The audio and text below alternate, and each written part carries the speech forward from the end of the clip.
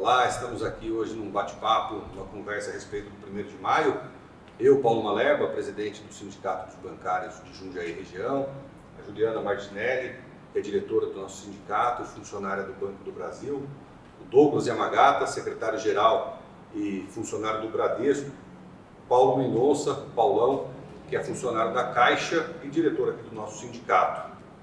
Nós hoje nos reunimos aqui para debater um pouco a respeito do 1º de maio, essa data histórica para a classe trabalhadora, que remonta, né, Douglas, lá no período da Revolução Industrial ainda, quando nós tínhamos uma situação deplorável, né, quando o trabalho começou a se massificar, você tinha condições de trabalho terríveis, né, degradantes, não tinha jornada de trabalho, salários muito baixos. Então a organização do trabalhador surge nesse contexto, né, pós-Revolução Industrial. Os trabalhadores compartilham ali a vida, né, o conteúdo do trabalho e passam a ver a importância de se organizar, primeiro por essas 3 questões fundamentais: limitar a jornada de trabalho, melhorar as remunerações e as condições de trabalho, né, para que elas fossem mais justas, mais dignas, né. Aquele livro Germinal fala muito a respeito disso, né, daquele começo da Revolução ali na questão das carvoarias, enfim.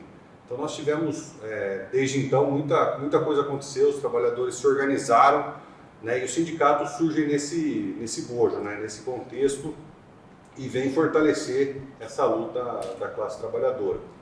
Queria até perguntar para o Paulão, que é um dos membros fundadores aqui do nosso sindicato, como que foi a história um pouco dos bancários aqui na nossa região, essa questão da organização sindical. Hoje nós temos um sindicato consolidado, mas que começou com esse trabalho lá nos anos 80, né, Paulo? Malério, exatamente. Na realidade, Jundiaí, ela começou, né, o trabalho aqui, era uma subsede do Sindicato dos Bancários de São Paulo, né? Aí, posteriormente, se transformou em uma associação, né, de bancários, que depois virou o Sindicato dos Bancários, né, de Jundiaí região, né? Então, foi um trabalho árduo, né, mas que refletiu, né, e o Sindicato dos Bancários de Jundiaí hoje se constitui numa entidade, digamos assim, de muita representatividade na cidade, né? Não só a nível da categoria bancária, como em diversos setores da sociedade aqui de Jundiaí, porque é um sindicato que a gente tem, né, desde a concepção da entidade aqui, sindicato cidadão, né? A gente não se limita apenas às questões respectivas da categoria bancária, mas qualquer assunto que tenha interesse da sociedade como um todo, o Sindicato dos Bancários está lá debatendo e, na medida do possível, propondo, né, melhorias, né, para que toda a sociedade seja beneficiada com medidas e tal, e a gente tenha participação, né? Para dar um exemplo aí, os diversos conselhos, né, Conselho Municipal de Saúde, Segurança Pública, tal, da mulher, as mulheres, né? Ultimamente a gente tem tido uma participação muito positiva nesse setor. Então, em todos esses anos aí, o Sindicato dos Bancários de Jundiaí está sempre presente, né, opinando, porque a gente é igual, como eu disse, né, Sindicato Cidadão, a gente acha que vamos pecar por tentar e não por omitir, né? Então não vamos deixar qualquer assunto aí sem debater e sem, ao menos, emitir nossa opinião e como resolver da melhor forma possível qualquer pendência que tenha aí interesse da sociedade.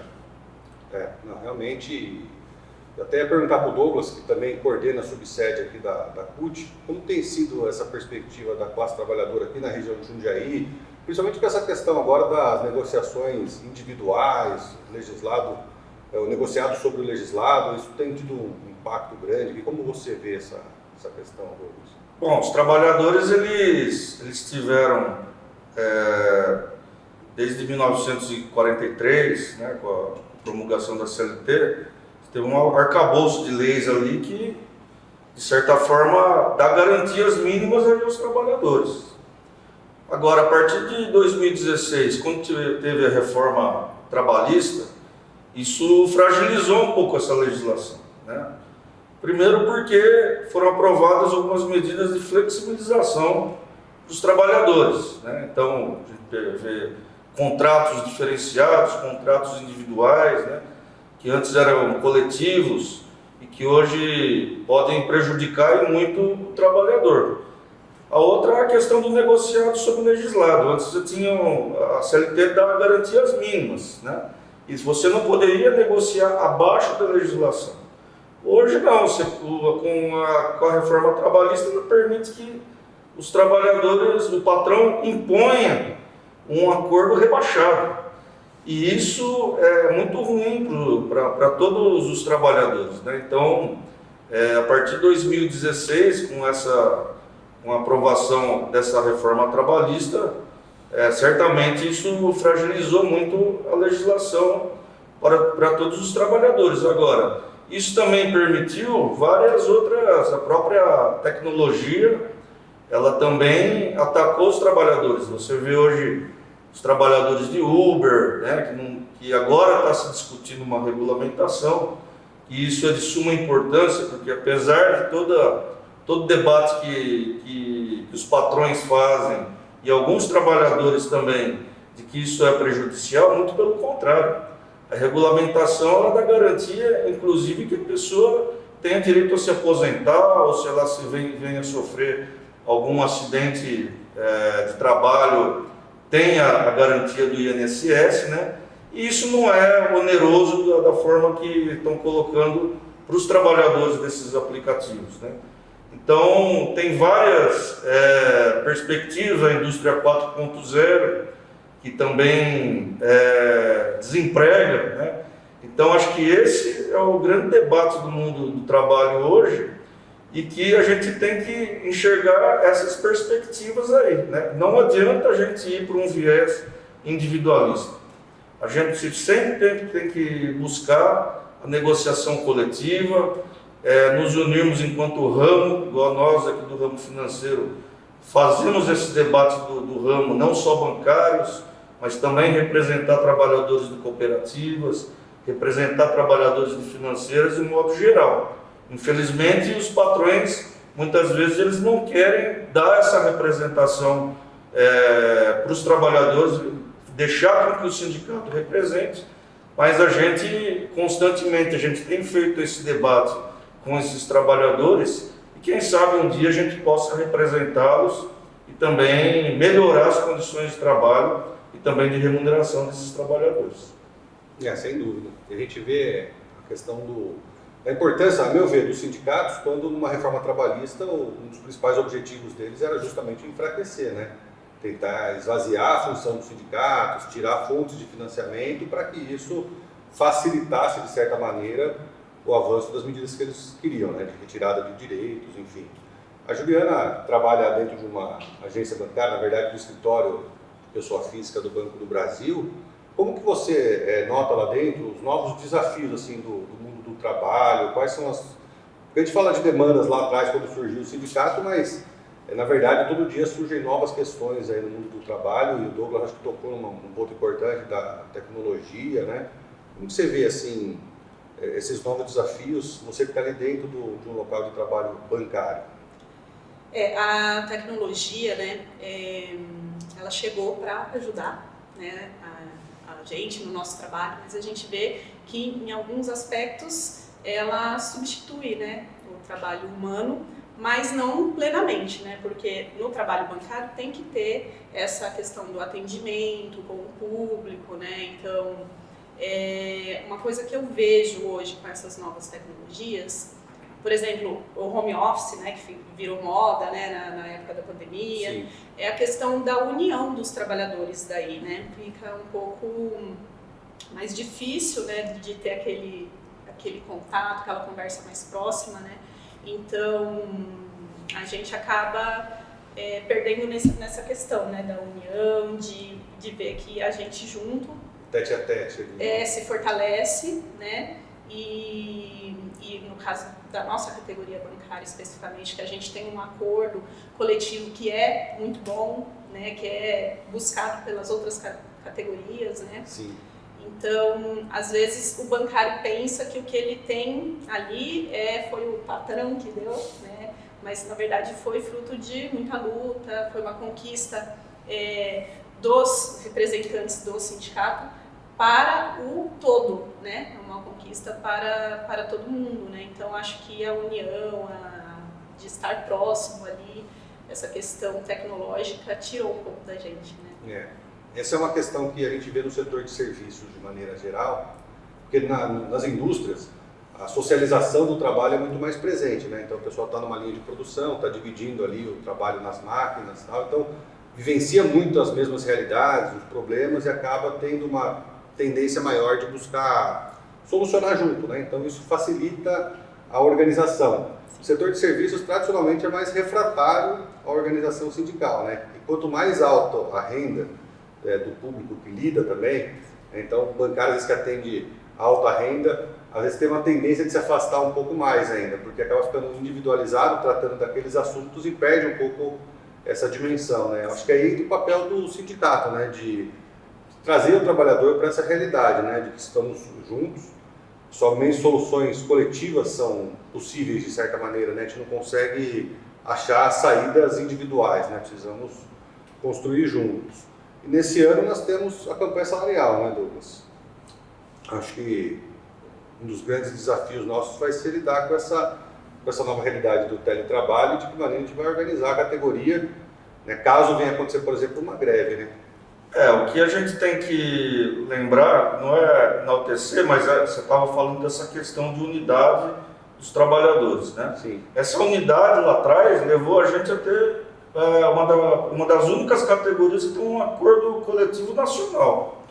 Então isso nos fortalece bastante, porque o mesmo piso salarial nosso aqui em São Paulo é o mesmo do cara do Piauí, do cara do Amazonas, do cara do Pará, do Rio Grande do Sul.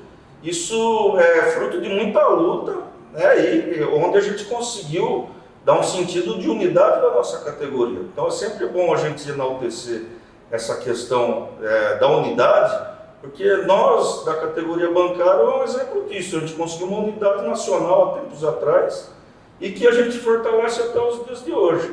E a mesa também de negociação, são escolhidos aí diversos representantes de todos os estados do país que negociam pela gente e também consegue dar esse sentido de unidade, fazendo com que todos os estados tenham as suas opiniões, tragam suas pautas de negociação, de reivindicações para a mesa e consiga fazer uma coisa mais unitária no sentido da negociação. Então, acho que isso é importante também, né, de valorizar nosso acordo, nossa convenção coletiva. Porque a nossa convenção coletiva não existe nenhuma outra categoria que tenha talvez uma dimensão tão grande de representação como a nossa. E ela une bancos públicos e privados, né? Você vê, assim, a realidade que às vezes pode ser muito diferente. Aqui em São Paulo a gente tem muito banco privado também, então Itaú, Bradesco, Santander, é muito forte aqui a presença. Mas você vai indo mais para o interior do Brasil, ou para o norte, nordeste, tem mais banco público, né? Banco do Brasil, Caixa, e a gente consegue trabalhar com todo mundo junto, né, Paulão? Assim. Exatamente. Essa questão da mesa única foi uma questão primordial, inclusive na garantia de direitos, né? Eu trabalho na Caixa Econômica Federal, por exemplo, né, há algum tempo atrás aí, dependendo do governo, simplesmente não tinha negociação, né, tanto na Caixa como no Banco do Brasil. Eles chegavam, falavam, olha, a gente fez um levantamento no mercado, o salário de vocês está acima da média, então é o seguinte, não tem reajuste, não tem negociação e toca o barco. Então era assim, se viam desobrigados, né, a seguir essa convenção coletiva. E a partir do momento que foi instituída a mesa única, bancos públicos e bancos privados participando dessa mesma única, você cria aquele vínculo e o acordo que foi fechado vale para todo mundo, independente aí da natureza, né? Então, a partir daí, os bancários têm essa garantia, né? Foi uma vitória muito grande, né? Especificamente na Caixa, né? Que dependendo do governo ele pode direcionar uma coisa, colocar obstáculo, colocar uma direção mais autoritária e às vezes o cara quer ser mais realista que o rei e tal e barrar alguns direitos, né? Então, essa importância da mesa única, né? E voltando assim, mais especificamente à entidade de Jundiaí, né?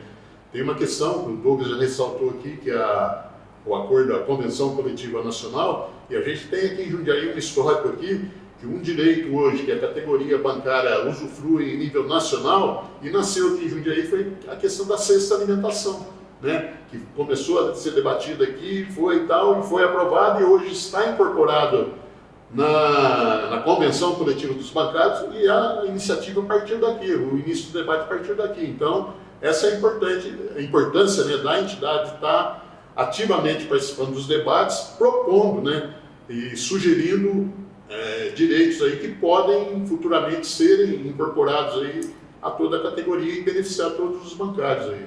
Isso é verdade. O nosso sindicato sempre priorizou muito a questão do debate, né, Juliana? De ouvir a categoria. Sim, do debate. Mas posso te fazer uma pergunta? Sim. O Paulão falou sobre a questão governamental, né, que às vezes na negociação o governo que está ali dificulta um pouco, né, a negociação. E uma coisa que eu ouço muito dos bancários é: o sindicato não é muito político, toma partido político. O que você pensa disso? Isso é uma coisa que a gente sempre ouve, né? E na realidade é um fato que a vida em sociedade ela é política, né? Quando a gente toma alguma decisão, ela tem muito a ver com política, e no nosso caso, como sindicato, como trabalhadores, as decisões que influenciam diretamente a nossa vida passam pela política, né? Quantas vezes nos últimos anos nós não estivemos aí nos reunindo para protestar contra a abertura das agências nos sábados e domingos, por exemplo, né? Em defesa do trabalhador bancário, enfim, contra o fechamento de agências. São decisões políticas e muitas vezes vem lá do parlamento, inclusive, né? Aquela questão de tirar a isenção fiscal do Vale Alimentação e Refeição, que poderia trazer um impacto grande para nós, e nós conseguimos, mediante a nossa campanha salarial, evitar isso, né? Campanha de 2 anos. Então, é natural que o sindicato discuta as questões políticas, né? Nós não estamos numa redoma apartada da sociedade, né? Nós fazemos parte da sociedade, nós somos influenciados pelo conjunto de forças da sociedade, e nós queremos influenciar também na defesa daquela causa que nos une, que são os trabalhadores, né? Então, acho que é normal, e nós devemos nos envolver. O Paulão colocou o sindicato cidadão, né? Isso em todas as esferas, não só no nível nacional, nas legislações trabalhistas, mas também nas questões de interesse local, né, das cidades na qual nós fazemos parte, né? Existem muitas coisas que passam pela legislação local, pelos administradores, pelos conselhos. Uma delas foi a das portas giratórias mesmo, né? Uma conquista local e que estão tentando derrubar aqui também localmente, né? Derrubar a lei e tirar as portas, nós estamos aí resistindo novamente. Não, eu lembrar que os patrões também têm representantes deles dentro do Congresso Nacional. Então, se a gente pegar a grande parte, a maioria é ligada ao agronegócio, às indústrias e tudo mais. Se a gente pegar a queda de braço que teve recentemente da desoneração dos setores industriais, quer dizer, eles sempre puxam a sardinha para o lado deles e vão tentar defender os interesses deles. Se nós não tivermos representantes nossos, daqui a pouco eles estão arrancando direitos nossos, mais direitos do que eles querem. Já arrancaram ou tentam arrancar, para que eles possam cada vez mais ficar mais ricos, os patrões ficarem mais ricos. Então, é a correlação de forças. Se nós não tivermos nossos representantes, eles vão arrancar mais coisa da gente para que eles possam ficar mais ricos. Então, essa é a lógica. Infelizmente, o capital ele defende, o patrão defende o lado dele. Nós temos que ter representantes para defender o nosso lado também. Sim, quantos mecanismos tributários mesmo existem para defender os bancos lá, né? Sim. Por exemplo, não tributar dividendos. Sim. Né, como antigamente era tributado e como é na maioria dos países. Isso aí é pressão direta dos banqueiros, né, porque eles recebem limpo, sem nenhum tipo de imposto, o pagamento de dividendos. Então existem vários... O próprio provisão para devedores duvidosos não é tributado. Exatamente. E depois se transforma... E depois comem uma parte do lucro da empresa, e depois na hora de pagar a nossa PLR também fica menor, reduzido. Então tem todas essas A vantagens. PLR mesmo, é um bom exemplo, porque nós pagávamos imposto em cima de toda ela, né? Hoje nós temos isenção até 7 mil e paga a partir do que exceder 7 mil reais. O certo, se os dividendos não pagam, seria a PLR não pagar, mas nós achamos que não, que na verdade os dividendos é que tem que pagar impostos, da maneira proporcional, né, de acordo com a capacidade contributiva que os bancos têm muito mais do que o trabalhador, né? Então, a luta nossa envolve diversas áreas, né, inclusive na parte tributária também, né, Juliana? Além da questão trabalhista e previdenciária. Só para tocar uma questão da PLR, essa isenção que existe hoje até R$7.000, se não fosse a nossa mobilização dos bancários e mais a força dos parlamentares que nos representam, que representam os trabalhadores dentro do Congresso, isso não teria passado. Então hoje a gente tem uma isenção que a gente quer que a PLR seja isenta totalmente. Né? Naquele momento a gente conseguiu até avançar até certo ponto. Até um certo ponto. Agora a luta é constante para que a gente possa avançar mais ainda. Exatamente. Eu sempre defendo muito essa visão. O sindicato ele tem que ter um pé, claro, na rua, na mobilização, na organização, mas também um pé no parlamento, nas instituições, para reivindicar, para cobrar, a fim de que melhorias sejam feitas para os trabalhadores e trabalhadoras dentro das esferas aí de representação, mas sem nunca abrir mão do que nós sabemos fazer bem, né? Que é organizar, que é mobilizar, e que num ano como esse aqui, né, Juliana, acho que vai ser muito importante, né? Falando nisso, né, um ano como esse, campanha salarial, vem aí a consulta, né, dos bancários, né, que vai levantar o que os bancários estão preocupados, querem que a gente leve para a mesa de negociação. Qual que é a expectativa de vocês aí? Eu estou ansiosa. Eu acho que vai ser um bom termômetro. Exatamente isso. A gente leva a consulta a partir de maio agora, né, nesse mês, dia 20 de maio começa oficialmente. A gente vai ser online. Vai ser online. Mas a gente vai passar nas agências para reforçar a importância de todo mundo responder essa pergunta, esse questionário, essas perguntas todas, porque elas são diretrizes para que depois nós, nos encontros, né, na conferência estadual, conferência nacional, saibamos o que está pensando o bancário. Eu acho que é uma marca do nosso sindicato, né, assim, sempre levar adiante o que tem recebido da base, quais são as demandas, expectativas. Por exemplo, nós sabemos muito hoje de que, além das questões econômicas, tem uma preocupação grande com saúde, né, Paulo? Sim. Saúde é um tema presente. A gente que, né, vamos supor, tinha muita questão da saúde, atualmente a síndrome de burnout, que vem atingindo aí muitos trabalhadores, aí, principalmente bancários, né? Que a gente sabe, né? Nós estamos aqui falando da PLR, que é importante, né? Agora, a gente já há muito tempo bate na tecla, né? Fim das metas abusivas, né? Porque a gente sabe que a sede do banqueiro não tem limite, né? Às vezes estipula uma meta, a pessoa se mata, corre atrás, aí, poxa vida, consegui, só que consegue, aí vem outra pior ainda. Então parece que aquele tormento não acaba nunca, né? E isso provoca um desgaste muito grande do bancário, que acaba afetando seriamente a sua saúde, né?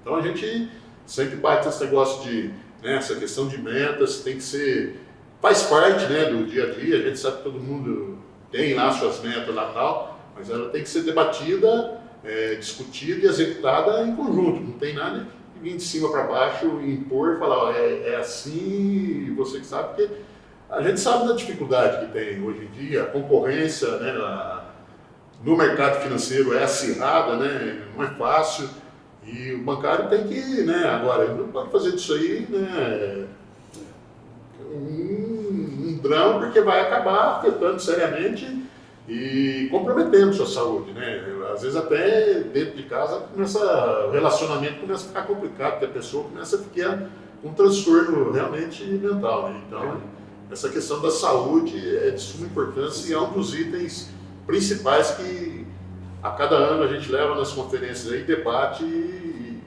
procura, né, estabelecer limites aí para que o trabalho dignifica o ser humano, mas ele tem que ser executado em condições, né, saudáveis, né, que não afetem aí diretamente a sua saúde.